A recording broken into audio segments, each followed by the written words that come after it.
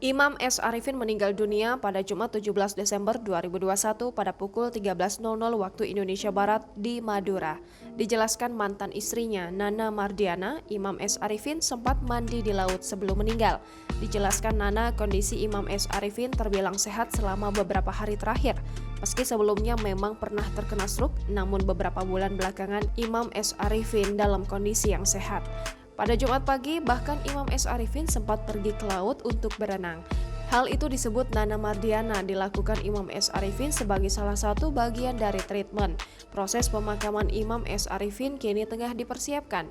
Dia akan dimakamkan pada hari Sabtu 18 Desember 2021 di Madura. Kepergian Imam S. Arifin cukup mengejutkan banyak penggemarnya. Sebelum meninggal, memang dia sempat terserang stroke, namun dijelaskan oleh Nana, penyebab meninggalnya bukan karena penyakit yang diidapnya. Imam S. Arifin sudah menjalani pengobatan selama beberapa lama.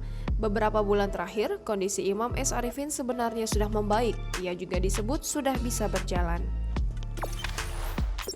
Jangan lupa subscribe, share, komen, dan like ya!